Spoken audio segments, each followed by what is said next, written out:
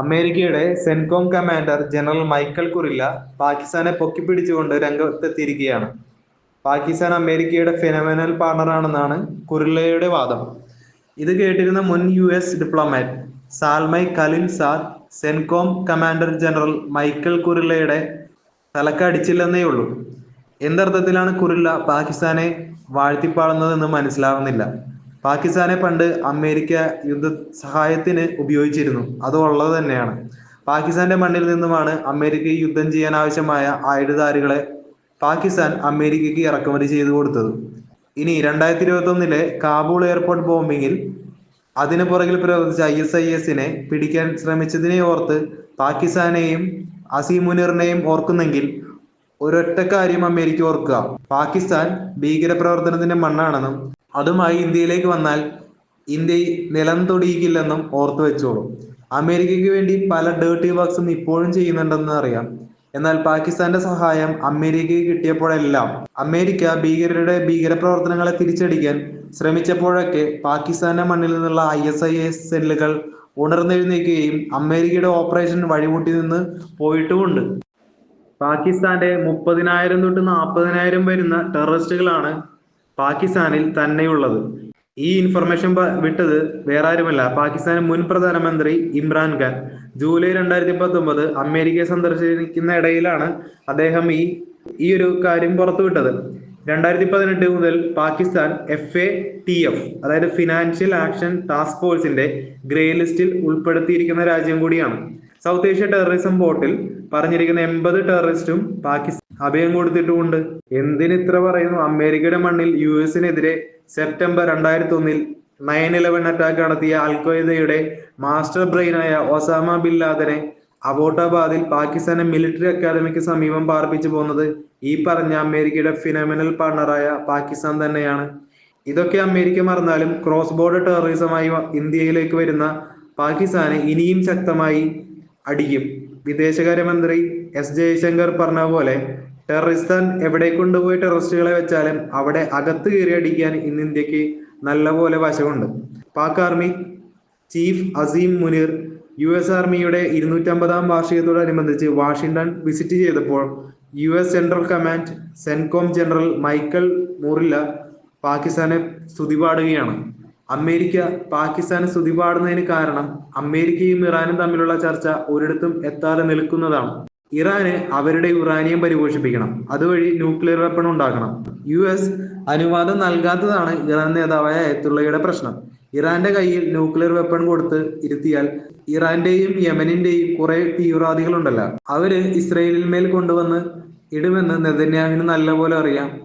Israel മാത്രമല്ല, ഇസ്രയേലിനെ പിന്തുണയ്ക്കുന്ന അമേരിക്കയ്ക്കും കിട്ടും 8ന്റെ പണി.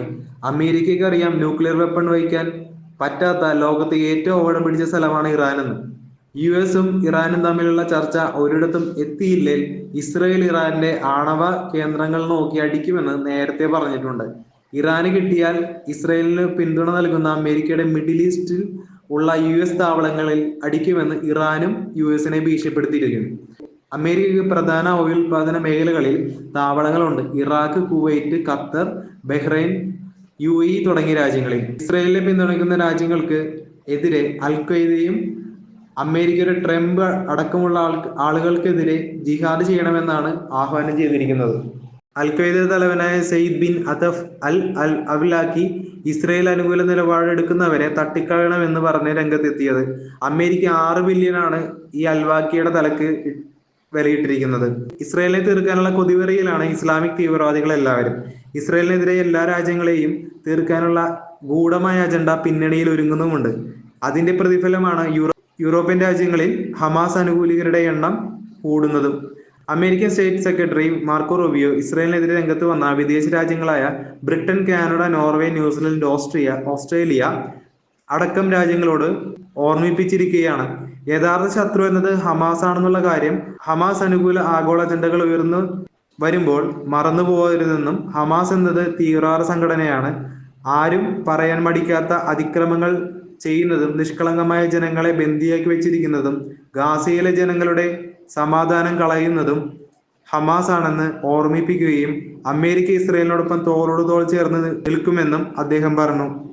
ഹമാസ് തന്റെ സ്വന്തം രാജ്യത്തെ ജനങ്ങളെ കൊന്നുതള്ളുകയും ഇസ്രയേൽ അയക്കുന്ന ഫുഡ് ട്രക്കുകൾ തട്ടിക്കൊണ്ടുപോകുന്നതും ഇസ്രയേൽ പാലസ്തീൻ വംശഹത്യ ചെയ്യുന്നുവെന്ന് പറഞ്ഞ ആഗോള ഹമാസ് അനുകൂലികരെ സൃഷ്ടിക്കുന്നതും ഹമാസിന്റെ ആഗോള അജണ്ടയാണ്. ഇസ്രയേലിനെ ഒറ്റപ്പെടുത്തി തകർക്കാനുള്ള വംശഹത്യ ചീട്ട് അമേരിക്കയും ഇന്ത്യയും തുടങ്ങിയ രാജ്യങ്ങൾ പണ്ടേ കീറിക്കളഞ്ഞു. എന്നാൽ ഇസ്രയേൽ അനുകൂലിയായ അമേരിക്ക ഇറാനെ ഒതുക്കാൻ ടെററിസ്റ്റ് എന്ന് ഇന്ത്യ ചാപ്പുകുത്തിയ പാകിസ്ഥാന്റെ പിൻബലം തേടിയത് ഇന്ത്യക്ക് അംഗീകരിക്കാൻ കഴിഞ്ഞിട്ടില്ല. ഇന്ത്യ അമേരിക്കയെ കണ്ടിട്ടൊന്നുമല്ല നിന്നിട്ടുള്ളത്. ഇന്ത്യ ഒറ്റയ്ക്ക് തീവ്രവാദികളെ എവിടെയാണേലും തുരത്തും. വിശ്വസിക്കാൻ പറ്റാത്ത രാജ്യമാണ് പാകിസ്ഥാൻ. അവരുടെ ഡേർട്ടി വർക്ക്സ് പാകിസ്ഥാൻ അമേരിക്കക്കും ചെയ്യും, ഇറാനും ചെയ്യും. അമേരിക്കക്ക് പണ്ടും അനുഭവമുള്ളതാണ്. പാക്കികളുടെ നിന്ന് കിട്ടുമ്പോൾ അറിയാത്തുള്ള ചൊറിഞ്ഞോളും. ഒരു കാര്യം കൂടി പറഞ്ഞു തീർത്താം. ഇറാൻ യുദ്ധമുണ്ടായപ്പോൾ അന്ന് അമേരിക്ക ഇറാഖിനെ അടിക്കുമെന്ന് പറഞ്ഞിരുന്നു. അന്ന് ഇറാഖ് ഒരുപാട് കുർദ് വംശജരെ ഇറാഖിൽ നിന്നും സദാം ഹുസൈൻ കൊന്നു തള്ളിയിരുന്നു. എന്നാൽ അറബ് ലോകവും അമേരിക്കയും ഹുസൈന് എതിരായി. ആ സമയം എല്ലാവരും ഞെട്ടിച്ചുകൊണ്ട് കുവൈറ്റ് ഇറാൻ ആക്രമിക്കുന്നതിന് പകരം ഇസ്രയേലിലേക്ക് ഇറാഖ് മിസൈൽ വിട്ടു. ഇസ്രയേലിനോട് അമേരിക്ക പറഞ്ഞിരുന്നു പ്രകോപനം ഉണ്ടായാൽ തിരിച്ചടിക്കരുതെന്ന്. എന്നാൽ ഇസ്രയേലിന്റെ ഭാഗത്തുനിന്ന് ഒരു പ്രതികരണവും ഉണ്ടായില്ല. ഇസ്രയേലിനെ കൊണ്ട് തിരിച്ചടിപ്പിച്ച് അറബ് മുസ്ലിം രാജ്യങ്ങളെ കൂടെ നിർത്താനുള്ള സദാം ഹുസൈന്റെ ചീട്ടായിരുന്നു അത്. ഏത് ചീട്ട് കീറണം, ഏത് ചീട്ട് കീറണ്ട എന്ന് നമ്മളാണ് തീരുമാനിക്കേണ്ടത് എന്ന് പറഞ്ഞുകൊണ്ട് ഞാൻ ഈ വീഡിയോ അവസാനിപ്പിക്കുന്നു. അടുത്ത വീഡിയോയിൽ കാണാം.